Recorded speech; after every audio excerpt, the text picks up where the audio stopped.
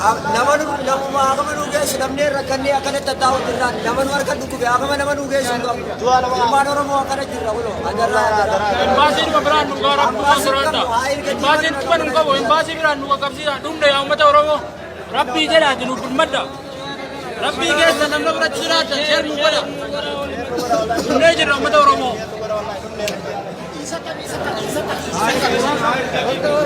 مدار موت شهر شهر نقولا كوزنيز كذا جرا كنو بيشانا ماماتنا أماجنا عائلين جرا كنو هوليزون جرا بدن رايا زني كلها بدا جرا من كذا كنو كفارا نبي نكان كنو كم دبرة دنيا وما نيو مدان سب جرا يا أمتا أورمو وربيالا إرتنا ورا أمريكا وربيكابو ور उनका फजाता निर्तन उनके केसन शहर वाले तनु कोना ओबे उम्मत आरम ने जिरनु मराठा जिरनु आसमा के तो तू चूड़ गलतों में हम गुटो करा दे वजिमी मुझे ना रब्बी जरा शर नुगोला आयर की Kusata kenyallee nurraa baasutu jedhanii dhukkubsataa wajjiniin akkasirra rakkachuu jirra. Nuti hundi keenyaa'uu fayyaa hin qabnu. Kaddu'ellee gurfaa biraa keessa jira. Du'aallee nurraa baasutu jedhanii jecha. Bakka biraallee bakka nu geessan hin qaban. Tallaajaan nu darban duraanuu tallaajuma sanuu nu geessuu didanii amma nu tuffatanii nu darbanii jiran. Mootummaa hin qabdanii nu jaan hogga waa gafan.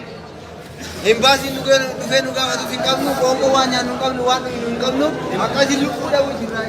Baasii guyyaa takka nu neenu laalaa kan jiru kana baasii hedduu akkasitti shamnu kana namni miidhamee jiru hin jira ilmi namaa dhumee jira. Kuban unka bumata oromo imbaasumaan nugaa kuban unka bum baasiin rabbii jedha Haayil gadiima jirra haayil gadiima jirra. Baasii hedduu akkasitti shamnu kana namni miidhamee jiru hin jira ilmi namaa dhumee jira. kuban unka bumata oromo imbaasumaan nugaa kuban unka bum baasiin rabbii jedha Haayil gadiima jirra haayil gadiima jirra. naman agama nugesh namne rakanne akane tataw dirra naman warka duku be agama naman nugesh ngam manoro mo akane dirra ulo adarra basin babran nugara pusarata basin pan ngabo basin biran nuga kapsi dumde amata oromo rabbi jela dinu madda rabbi ke sanamna brachirata sher nugara neje amata oromo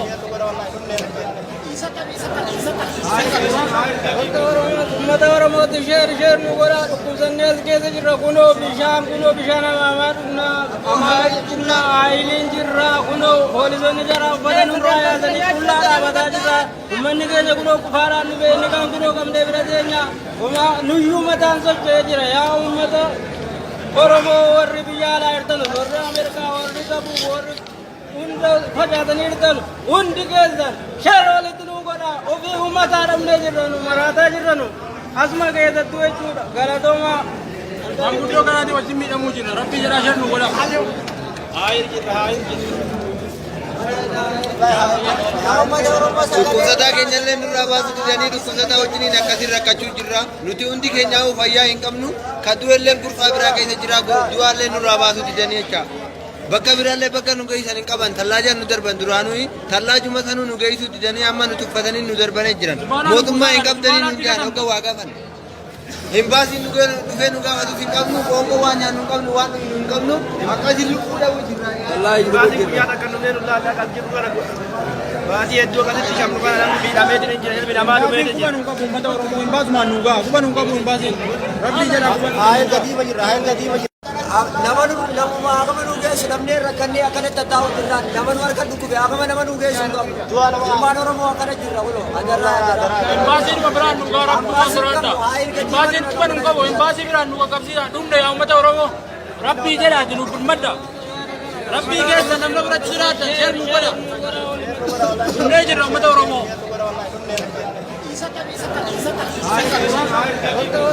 مدار موت شهر شهر نقولا كوزنيز كذا جرا كنو بيشانا ماماتنا أماجنا عائلين جرا كنو هوليزون جرا بدن رايا زني كلها بدا جرا من كذا كنو كفارا نبي نكان كنو كم دبرة دنيا وما نيو مدان سب جرا يا أمتا أورمو وربيالا إرتنا ورا أمريكا وربيكابو ور उनका फजाता निर्तन उनके केसन शहर वाले तनु कोना ओबे उम्मत आरम ने जिरनु मराठा जिरनु आसमा के तो तू चूड़ गलतों में हम गुटो करा दे वजिमी मुझे ना रब्बी जरा शर नुगोला आयर की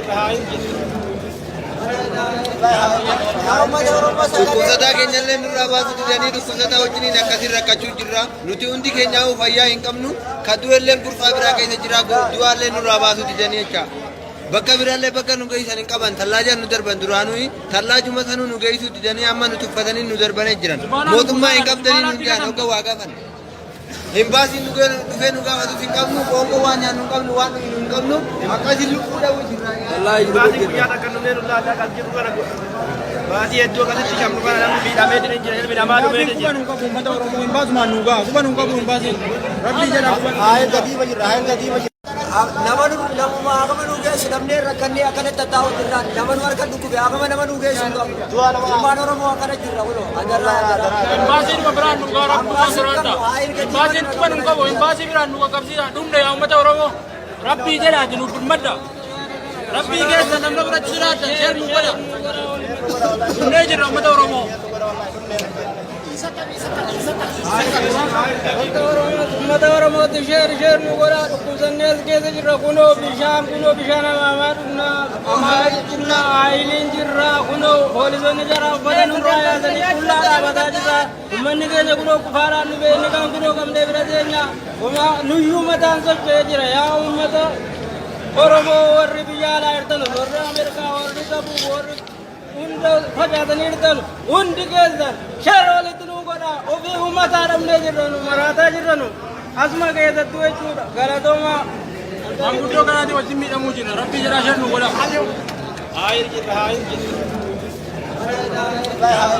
Dhukkubsataa keenyallee nurraa baasuu didanii dhukkubsataa wajjiniin akkasiin rakkachuu jirra. Nuti hundi keenyaa'uu fayyaa hin qabnu. Ka du'elleen kurfaa biraa keessa jira. Du'aallee nurraa baasuu didanii jecha.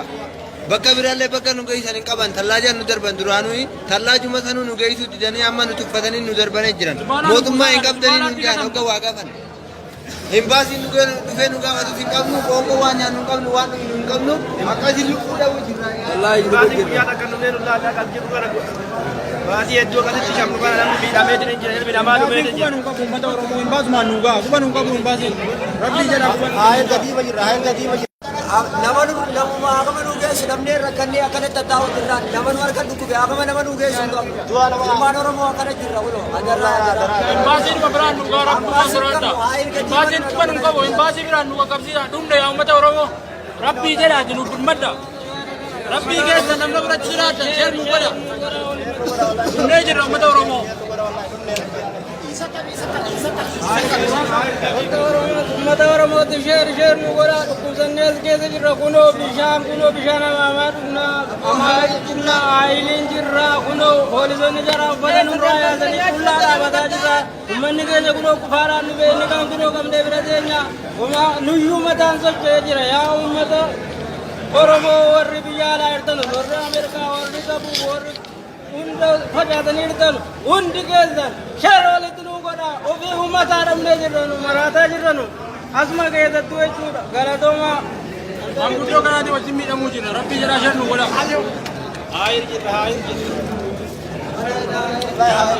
Dhukkubsataa keenyallee nurraa baasuu didanii dhukkubsataa wajjiniin akkasiin rakkachuu jirra. Nuti hundi keenyaa'uu fayyaa hin qabnu. Ka du'elleen kurfaa biraa keessa jira. Du'aallee nurraa baasuu didanii jecha. Bakka biraallee bakka nu geessan hin qaban. Tallaajaan nu darban duraanuu tallaajuma sanuu nu geessuu didanii amma nu tuffatanii nu darbanii jiran. Mootummaa hin qabdanii nu jaan hogga waa gaafan. Hin baasiin dhufee nu gaafatus hin qabnu. Qoonqoo waan nyaannu hin qabnu waan dhugnu hin qabnu. Akkasiin lubbuu dhabuu jirra. Baasii guyyaa takka nu neenu laallaa kan jiru kana baasii hedduu akkasitti qabnu kana namni miidhamee jiru jira ilmi namaa dhumee jira. Kuban hunqa uummata Oromoo hin baasu maan nuugaa kuban hunqa hin baasin rabbii jedha. Haayil gadiima jirra haayil gadiima jirra. Namuma agama nu geessu namnee rakkannee akkana tattaa'u jirraan nama nu harka dhukkube agama nama nu geessu hin qabu. Ilmaan Oromoo akkana jirra kulo agarraa. Baasiin biraan nu gaara kubbaa siraata. Baasiin kuban hin qabu baasii biraan nu qaqqabsiisa dhumne yaa uummata Oromoo rabbii jedhaati nu birmadda. Rabbii keessa namna biratti jiraata sheer nu godha. Dhumnee jirra uummata Oromoo. Uummata Oromooti sheer nu godha dhukkubsannee as keessa jirra kunoo bishaan amaamaa amaaraa jechuudha aayiliin jirra kunoo poolisoonni jara uffata nurraa yaasanii qullaa dhaabataa jirra uummanni keenya kunoo kufaadhaan nu beekni kan kunoo qabdee bira teenya nuyyuu mataan socho'ee jira yaa uummata Oromoo warri biyya alaa jirtan warri Ameerikaa warri qabu warri hunda facaatanii jirtan hundi keessan shara walitti nuu godhaa ofii uummataa dhabnee jirranu maraataa jirranu asuma keessattuu jechuudha galatoomaa. Manguddoo kanaati wajjin miidhamuu jira. Rabbii jedhaa shan nu godha.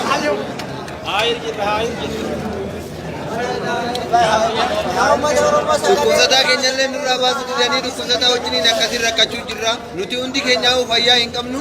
Ka du'elleen kurfaa biraa keessa jira. Du'aallee nurraa baasuu didanii jecha.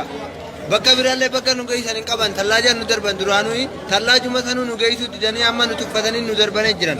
Mootummaa hin qabdanii nu jaan hogga waa gaafan. Embaasiin dhufee nu gaafatu hin qabnu. Qoonqoo waan nyaannu hin qabnu waan dhugnu hin qabnu. Akkasiin lubbuu dhabuu jirra. Baasii guyyaa takka nunnee nullaallee kan jiru kana baasii hedduu akkasitti qabnu kana namni miidhamee jira miidhamaa dhumee jira. Kuban qabu uummata Oromoo hin baasu maannuu gaa. Kuban qabu hin baasin. Rabbii jedhaa. Haayil gadiima jirra haayil gadiima jirra. Namuma agama nu geessu namni rakkannee akkana tattaa'u jirra. Nama nu harka dhukkube agama nama nu geessu hin qabu. Ilmaan Oromoo akkana jirra kunoo. Embaasiin biraan nu gaa rakkuma siraata. Embaasiin kuban qabu embaasii biraan nu qaqqabsiisa. Dhumne yaa uummata Oromoo. Rabbii jedhaati nu birmadda. Rabbii keessa namni biratti jiraata ishee nu godha. Dhumnee jirra uummata Oromoo. Uummata Oromootti sheer nu godhaa dhukkubsannee as keessa jirra kunoo bishaan amaamaa dhugnaa amaa jirra aayiliin jirra kunoo poolisoonni jara uffata nurraa yaasanii qullaa dhaabataa jirra uummanni keenya kunoo kufaadhaan nu beekni kan kunoo qabdee bira teenya nuyyuu mataan socho'ee jira yaa uummata Oromoo warri biyya alaa jirtan warri Ameerikaa warri qabu warri hunda facaatanii jirtan hundi keessan shara walitti nuu godhaa ofii uummataa dhabnee jirranu maraataa jirranu asuma keessattuu jechuudha galatoomaa. Manguddoo kanaati wajjin miidhamuu jira. Rabbii jedhaa shan nu godha.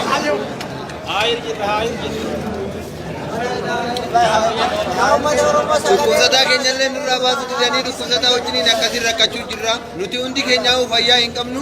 Ka du'elleen kurfaa biraa keessa jira. Du'aallee nurraa baasuu didanii jecha. Bakka biraallee bakka nu geessan hin qaban. Tallaajaan nu darban duraanuu tallaajuma sanuu nu geessuu didanii amma nu tuffatanii nu darbanii jiran. Mootummaa hin qabdanii nu jaan hogga waa gaafan. Embaasiin dhufee nu gaafatu hin qabnu. Qoonqoo waan nyaannu hin qabnu waan dhugnu hin qabnu. Akkasiin lubbuu dhabuu jirra. Baasii guyyaa takka nunnee nullaallee kan jiru kana baasii hedduu akkasitti qabnu kana namni miidhamee jira miidhamaa dhumee jira. Kuban qabu uummata Oromoo hin baasu maannuu gaa. Kuban qabu hin baasin. Rabbii jedhaa. Haayil gadiima jirra haayil gadiima jirra. Namuma agama nu geessu namni rakkannee akkana tattaa'u jirra. Nama nu harka dhukkube agama nama nu geessu hin qabu. Ilmaan Oromoo akkana jirra kunoo. Embaasiin biraan nu gaa rakkuma siraata. Embaasiin kuban qabu embaasii biraan nu qaqqabsiisa. Dhumne yaa uummata Oromoo. Rabbii jedhaati nu birmadda. Rabbii keessa namni biratti jiraata ishee nu godha.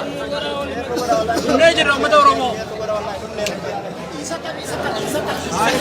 Uummata Oromootti sheer nu godhaa dhukkubsannee as keessa jirra kunoo bishaan amaamaa dhugnaa amaa jirra aayiliin jirra kunoo poolisoonni jara uffata nurraa yaasanii qullaa dhaabataa jirra uummanni keenya kunoo kufaadhaan nu beekni kan kunoo qabdee bira teenya nuyyuu mataan socho'ee jira yaa uummata Oromoo warri biyya alaa jirtan warri Ameerikaa warri qabu warri hunda facaatanii jirtan hundi keessan shara walitti nuu godhaa ofii uummataa dhabnee jirranu maraataa jirranu asuma keessattuu jechuudha galatoomaa. Manguddoo kanaati wajjin miidhamuu jira. Rabbii jedhaa shan nu godha.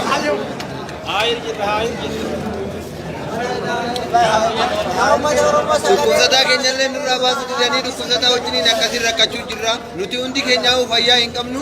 Ka du'elleen kurfaa biraa keessa jira. Du'aallee nurraa baasuu didanii jecha.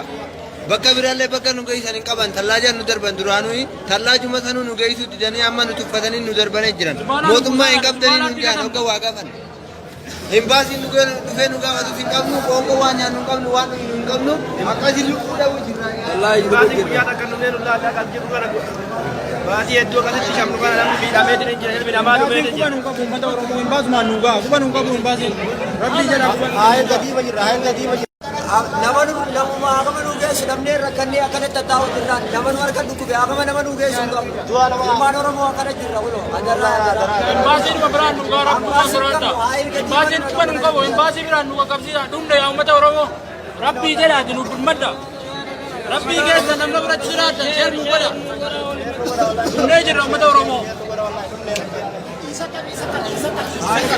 ummata Oromooti sheer nu godhaa dhukkubsannee as keessa jirra kunoo bishaan amaamaa dhugnaa amaara cinnaa aayiliin jirra kunoo poolisoonni jara uffata nurraa yaasanii qullaa dhaabataa jirra ummanni keenya kunoo kufaadhaan nu beekni kan kunoo qabdee bira teenya nuyyuu mataan socho'ee jira yaa ummata Oromoo warri biyya alaa jirtan warri Ameerikaa warri qabu warri hunda facaatanii jirtan hundi keessan sheer walitti nu godhaa ofii ummataa dhabnee jirranu maraataa jirranu asuma keessattuu jechuudha galatoomaa Manguddoo kanaati wajjin miidhamuu jira. Rabbii jedhaa sheer nu godha.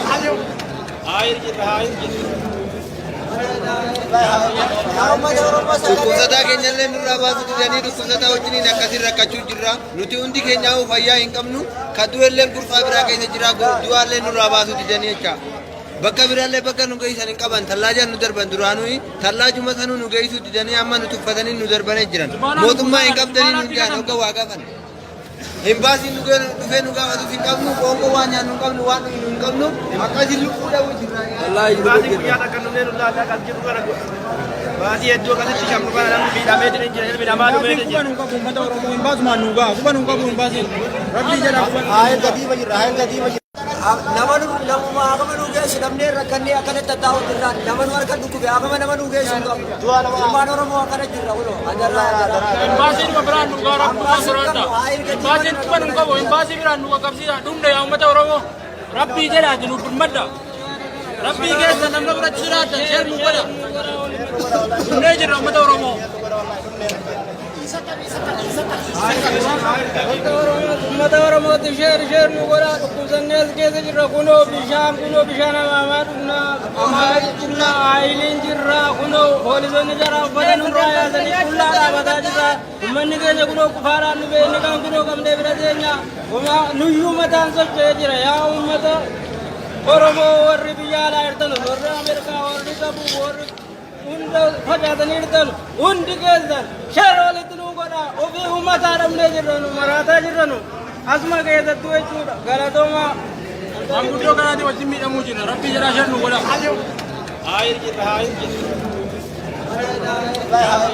Dhukkubsataa keenyallee nurraa baasuu didanii dhukkubsataa wajjiniin akkasiin rakkachuu jirra. Nuti hundi keenyaa'uu fayyaa hin qabnu. Kan du'ellee gurfaa biraa keessa jira. Du'aallee nurraa baasuu didanii jecha. Bakka biraallee bakka nu geessan hin qaban. Tallaajaan nu darban duraanuu tallaajuma sanuu nu geessuu didanii amma nu tuffatanii nu darbanii jiran. Mootummaa hin qabdanii nu jaan hogga waa gafan. Embaasiin dhufee nu gaafatu hin qabnu. Qoonqoo waan nyaannu hin qabnu waan dhugnu hin qabnu. Akkasiin lubbuu dhabuu jirra. Baasii guyyaa takka nunnee nu laalaa kan jiru kana baasii hedduu akkasitti shamnu kana namni miidhamee jiru hin jira ilmi namaa dhumee hin jira. Kuma nu qabu uummata Oromoo hin baasumaan nu ga'a. Kuma nu qabu hin baasin. Rabbii jedhaa. Haayil gadiima jirra, haayil gadiima jirra.